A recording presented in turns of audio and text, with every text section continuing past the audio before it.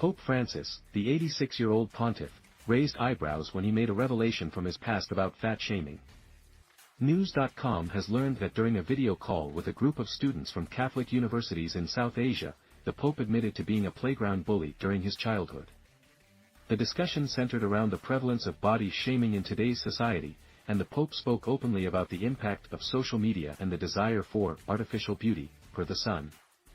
It was during this conversation that a young woman named Merlin, from India, shared her experience of being bullied due to her weight. Moved by her story, Pope Francis shared his own experience of bullying a classmate for being overweight. He then recounted how his father, upon learning of his behavior, marched him to the boy's house to apologize in person. The Pope attended the Wilfred Barron de los Santos Angeles School in Buenos Aires, Argentina, where this incident took place. Years later, after he had become a priest and during his climb to his current office, Pope Francis reached out to his former classmate to reconnect.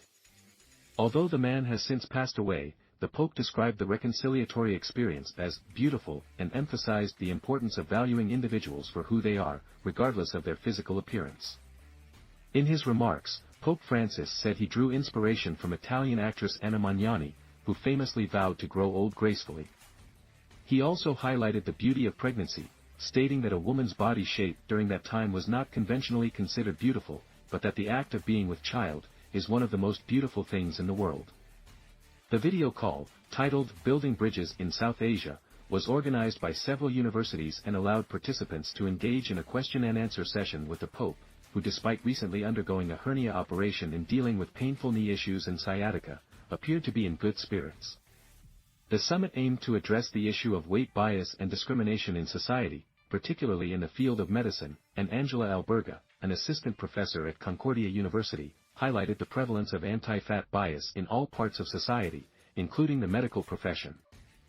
But the harms of fat shaming are well documented, Alberga said. Studies show that exposure to weight bias triggers physiological and behavioral changes linked to poor metabolic health and increased weight gain. You actually experience a form of stress, Alberga explained. Cortisol spikes, self-control drops, and the risk of binge eating increases, she said.